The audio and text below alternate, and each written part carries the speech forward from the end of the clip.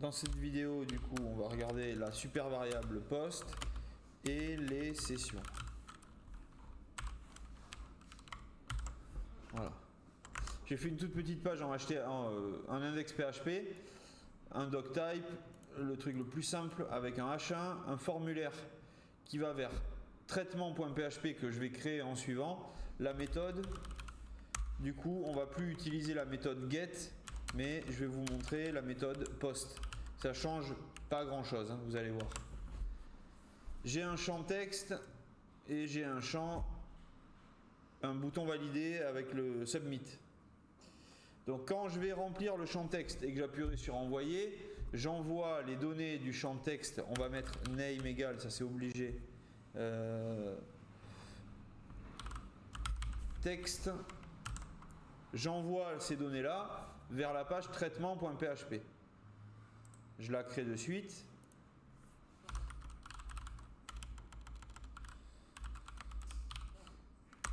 Dans la page traitement.php, je remets du HTML classique et dedans,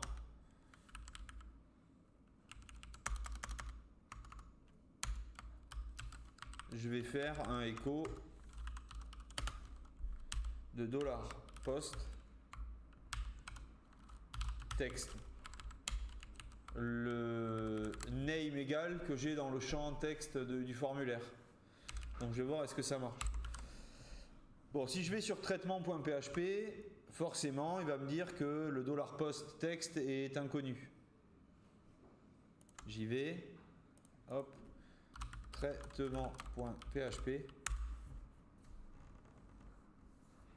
inconnu.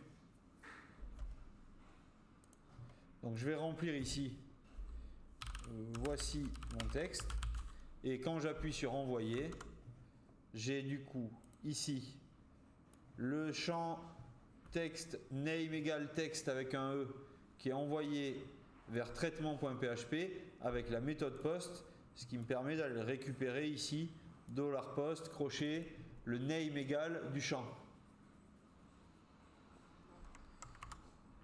J'appuie sur envoyer.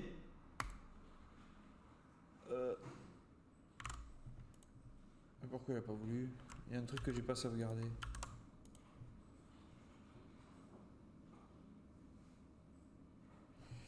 Name text. Alors, quand vous avez un bug, premier truc à faire,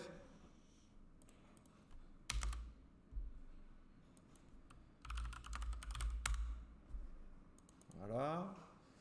Donc, voici mon texte. Voici mon texte. Bon, si vous avez un bug, après, le premier truc à faire à la place du echo, c'est un var_dump ou un print r. Ça va vous afficher les données, même si c'est pas une chaîne de caractères, vous les aurez de visibles en mode debug. Mais là, ça marche. Donc, qu'est-ce qui se passe? La grosse différence, c'est qu'on n'a plus rien dans l'URL. Quel que soit le texte que vous avez écrit dans le champ, vous validez, vous l'envoyez avec la méthode post, c'est invisible.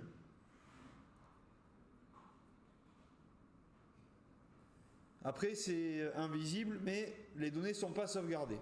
Donc, ça, c'est le premier truc. Les formulaires, normalement, on les traite avec du post. Chose que je ne vous ai pas montré aussi. Je vous le montre de suite avec la méthode get. Ici, je vais faire un lien A qui va vers traitement-get.php. Clic. Et directement là dans l'URL, je vais mettre point d'interrogation, contenu égal blablabla. Voilà. Donc j'ai un lien traitement-get.php avec déjà quelque chose que je vais pouvoir récupérer avec le $get, la super variable. Juste pour vous montrer, du coup, je fais un nouveau fichier traitement-get.php et dedans, en PHP, echo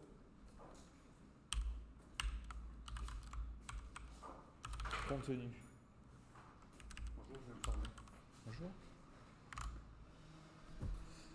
Je reviens sur mon index. J'ai le bouton clic. Si vous passez votre souris dessus, vous verrez en bas, vous avez après .php, point d'interrogation, contenu égal blablabla, et en cliquant dessus, j'arrive à afficher blablabla. Donc le $get, il marche pas qu'avec les formulaires, il marche même avec des URL.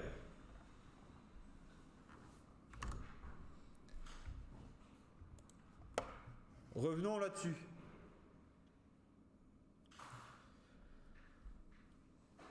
Normalement, tous vos formulaires, ça dépend des données, mais généralement les formulaires, on utilise la méthode POST.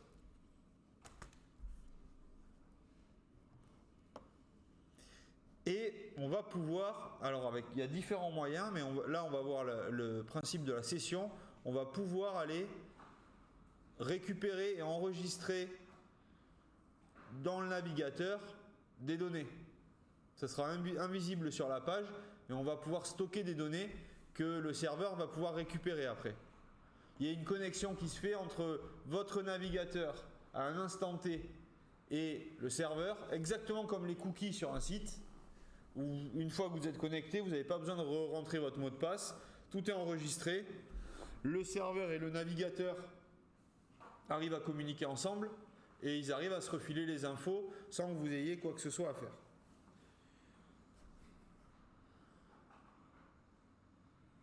Pour ça, il faut, sur les pages où vous voulez récupérer et enregistrer des infos, utiliser une fonction qui est session start. Là, on va dire au serveur, en même temps qu'il envoie le doctype, après, en même temps qu'on envoie tout ça sur la page, on ouvre une session sécurisée entre le navigateur et le serveur. Ce session start, il donne droit d'utiliser la super variable session dans laquelle je vais pouvoir créer un tableau comme je veux. Ici, je vais mettre contenu sauvegarde, et là-dedans, je vais pouvoir aller stocker ce qui a été envoyé par le formulaire avec le $post texte. Donc dérouler des opérations. Je fais un autre fichier. Final.php. Je suis sur l'index. Je remplis mon formulaire. J'appuie sur valider. J'envoie le texte sur la page traitement.php. J'ouvre une session. J'enregistre ce texte dans la session et je l'affiche. Pour vous montrer du coup que la session elle est active, je vais faire un lien vers final.php.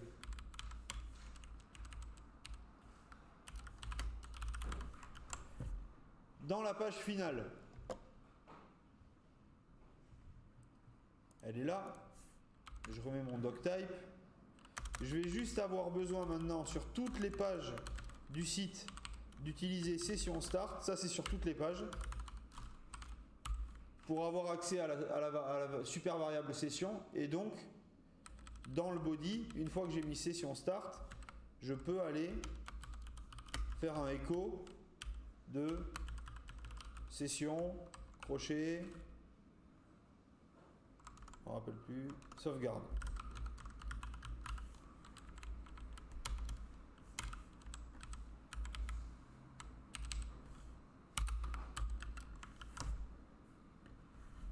Il n'y a ni le $get, il n'y a rien dans l'URL, il n'y a pas non plus le $post, on ne vient pas d'un formulaire, il n'y a rien qui a été envoyé depuis un formulaire, c'est juste la session entre le navigateur et le serveur qui est active. Et donc avec cette ligne-là, la ligne 2, j'ai la possibilité d'afficher le texte. Donc le déroulé, je reviens sur mon index. Si je clique là-dessus, j'ai le texte qu'il y a dans l'URL qui s'affiche dans la balise A. Mais ça, pourquoi c'est pas sécure? Parce que ici, du coup, vous avez prévu d'afficher blablabla. Si je fais un clic droit ici et que j'inspecte, que là, je vais aller le modifier.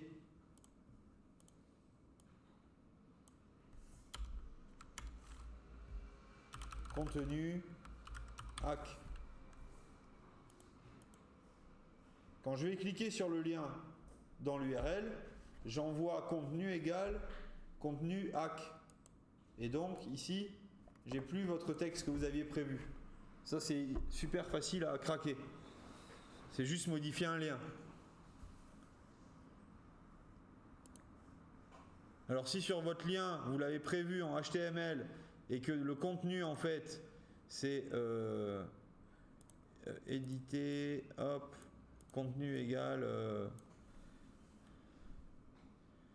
je sais pas moi, 699 €. Voilà. Je reviens là. Je reviens sur l'index. On va faire, hop, prix égal 699. Je passe ma souris dessus. Prix égal 699. Dans traitement get, récupérer du coup le prix du produit 699. Clic droit, inspecter, modifier.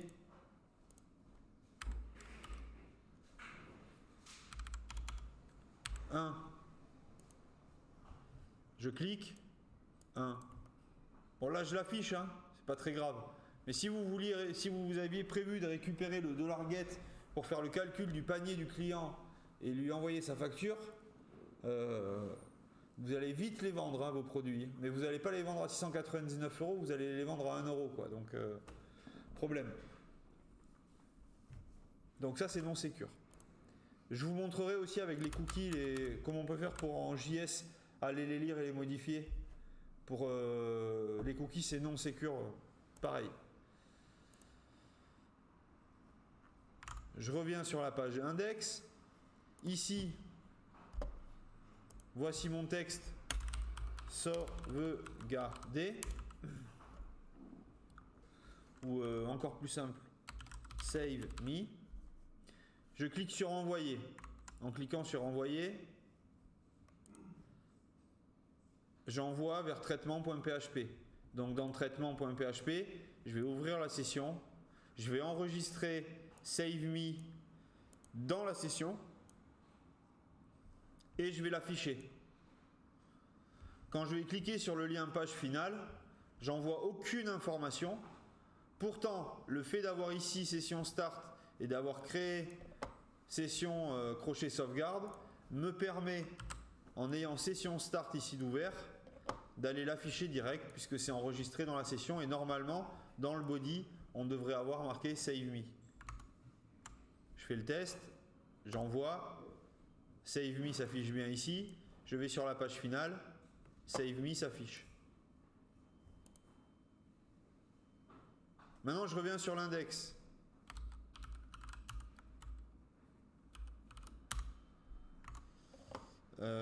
J'y vais, hop. Je fais un lien A direct vers final.php. Ah oui, non ça va pas marcher. Je suis pas sûr. Lien direct, si. Final.php réaffiche save me. Et il va l'afficher jusqu'à ce que je ferme mon navigateur. Je ferme mon navigateur. Je reviens sur la page final.php. Save me est toujours affiché. Je ferme tout mon navigateur. Attention, ça a aussi coupé le partage d'écran. Je ferme vraiment tout mon navigateur. Un clic droit, fermer toutes les fenêtres. Voilà. Je reviens sur Jitsi pour vous faire le partage d'écran. Hop là, il arrive.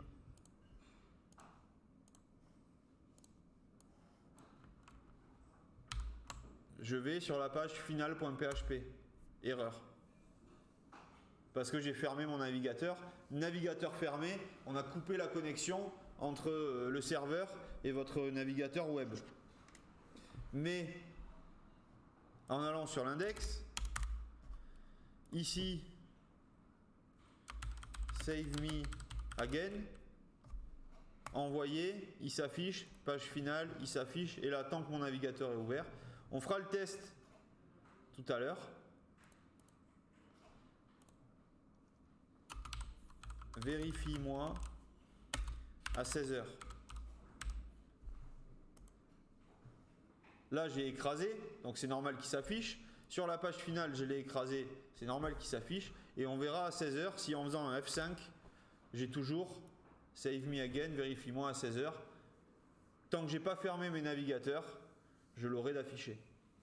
Donc ça va me permettre, par exemple, de faire une variable log. Est-ce que vous êtes logué, oui ou non? Et tant que la session est ouverte, vous avez quelqu'un qui est logué et on peut vérifier du coup cette donnée-là. Est-ce que l'utilisateur a... En fait, ça, avec quoi on l'utilise? Avec des conditions et avec une vérification de mot de passe. Vous rentrez votre identifiant, votre mot de passe. Si tout est OK, on ouvre une session en disant utilisateur numéro 478 logué. Et derrière, tant que vous n'avez pas fermé votre navigateur, vous pouvez aller sur toutes les pages du site, comme n'importe quel site Facebook, etc. ou Instagram. Tant que vous êtes logué, vous arrivez sur la page de votre profil, vous n'arrivez pas sur la page d'accueil. Si vous fermez votre navigateur, que vous le réouvrez et que vous allez sur facebook.com, là vous avez la page d'accueil parce que la session est tombée et du coup il vous demande de refaire ses vérifications et il faut qu'il repasse par un morceau de script pour se connecter. Mais sinon, ça doit marcher. Et si Facebook marche quand vous réouvrez votre navigateur, c'est parce qu'il fonctionne plutôt avec des cookies. Les cookies, c'est un petit morceau de fichier qui est enregistré dans un dossier sur votre ordi et qui permet du coup, quand vous fermez le navigateur, de garder les infos. Mais si quelqu'un accède à votre ordi et récupère les cookies, il récupère toutes les infos, s'il arrive à les lire. Si elles ne sont pas cryptées, s'il arrive à ouvrir les fichiers, à les trouver, et si elles ne sont pas cryptées.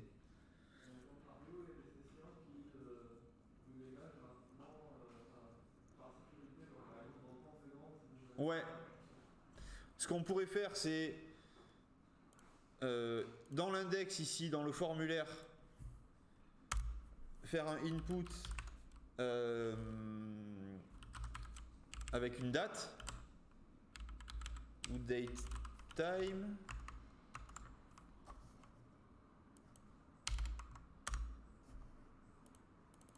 Non.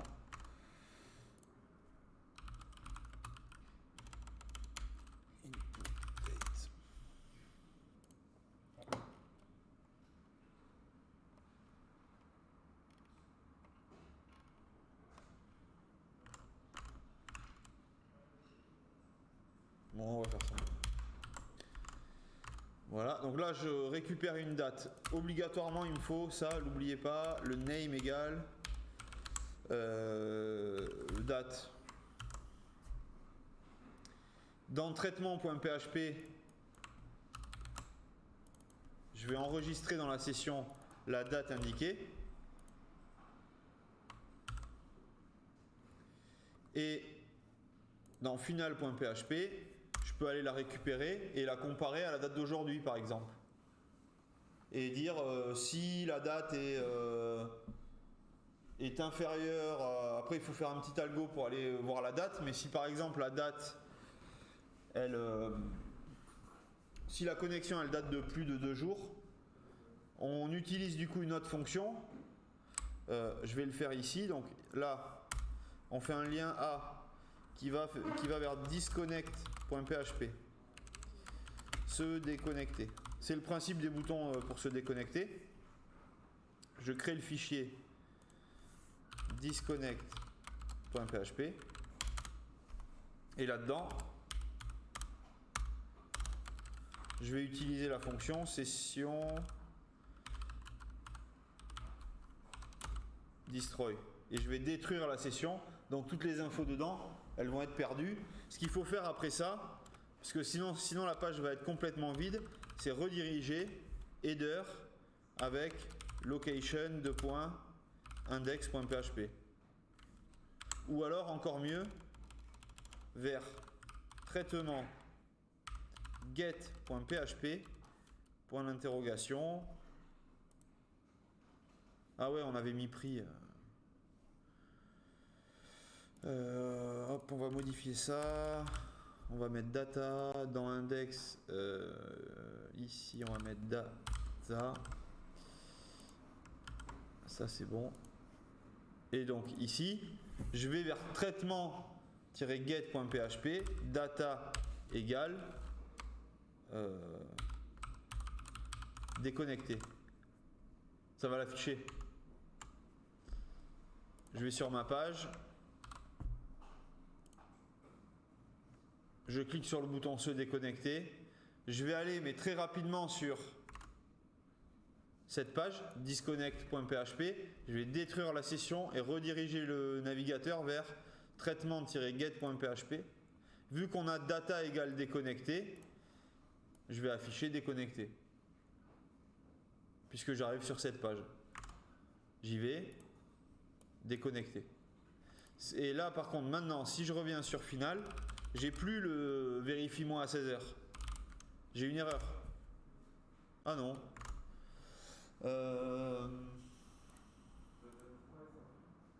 Non, c'est pas session destroy du coup, c'est un autre truc.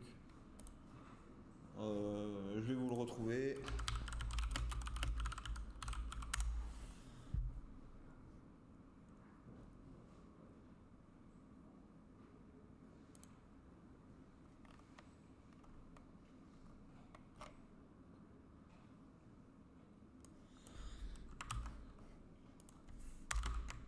Session N7.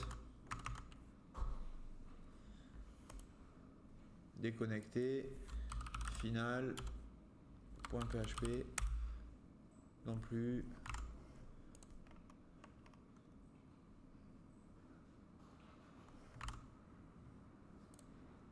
Ah oui. Session destroy marche pas parce que dans tous les cas sur un fichier PHP il faut, ça doit être ça, hein, lancer la session avant de pouvoir la détruire.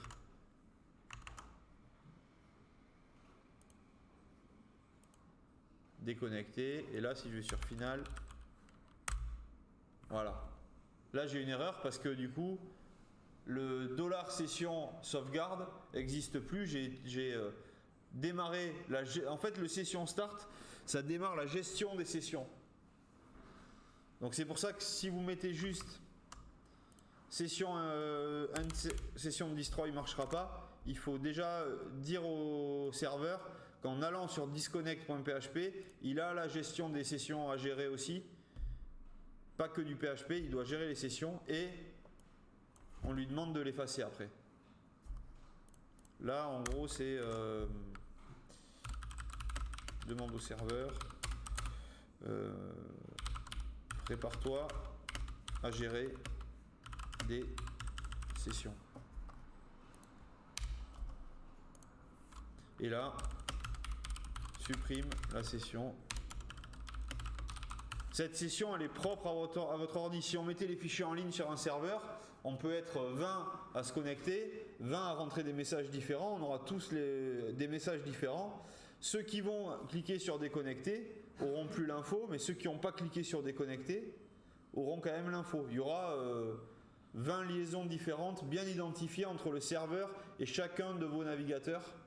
C'est comme ça que Facebook fonctionne, hein, parce que si à chaque fois que quelqu'un cliquait sur se déconnecter, c'est tous les utilisateurs de Facebook qui étaient déconnectés, ce serait très embêtant.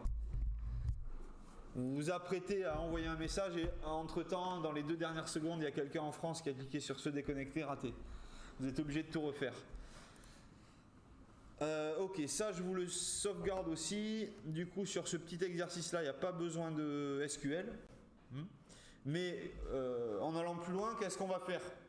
On va faire un formulaire avec un nom et un mot de passe. On va l'envoyer sur traitement.php qui va, avant de faire tout ça,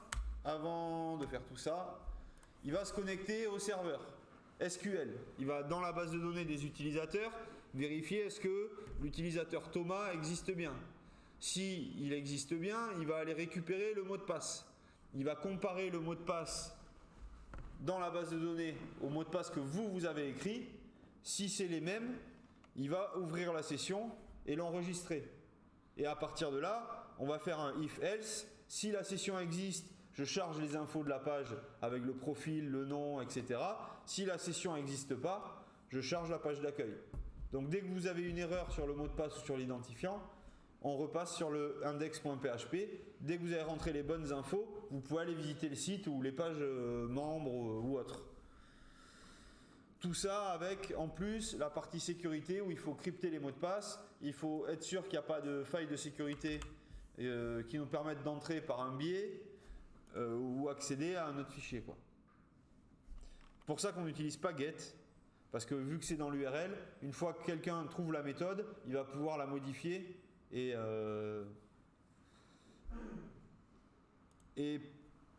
possiblement déclencher des failles ou récupérer ce que vous avez sur la base de données ou autre, quoi. Et sur la... J'ai pas entendu. Session, c'est beaucoup plus sécurisé, ouais. Même les cookies, ils sont lisibles. C'est pas pour rien que sur les sites un peu critiques, les cookies, on vous demande de ne pas les enregistrer.